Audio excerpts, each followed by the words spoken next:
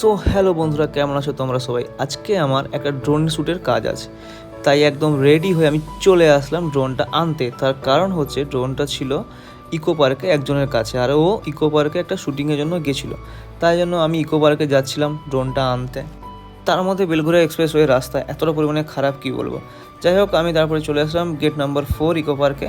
সেখান থেকে নিয়ে আমি যখন ফিরছিলাম তখন দেখলাম রাস্তায় প্রচণ্ড জ্যাম, এত লরি। আমি ভাবলাম হয়তো প্রথমে অ্যাক্সিডেন্ট হয়েছে কোথাও, কিন্তু পরে যখন দেখলাম যে না, এখানে লরি চেকিং হচ্ছে। আর তারপরে আমি চলে আসলাম আমার লোকেশানে, গঙ্গার পাড়ে ছিল লোকেশানটা, খুবই সুন্দর ছিল। এর মধ্যে আমাদের ডিরেক্টর সাহাব সবাইকে বলে দিচ্ছিলাম যে কী কী হবে। তারপরে আমি ড্রোনের কাজ শুরু করে ফেললাম। ড্রোন শ্যুটে কাজ করার পরে দেখলাম যে ভিডিওগ্রাফি করছিল তার একটু প্রবলেম হচ্ছিলো, তাই জন্য আমিও ভিডিওগ্রাফিতে করে দিলাম।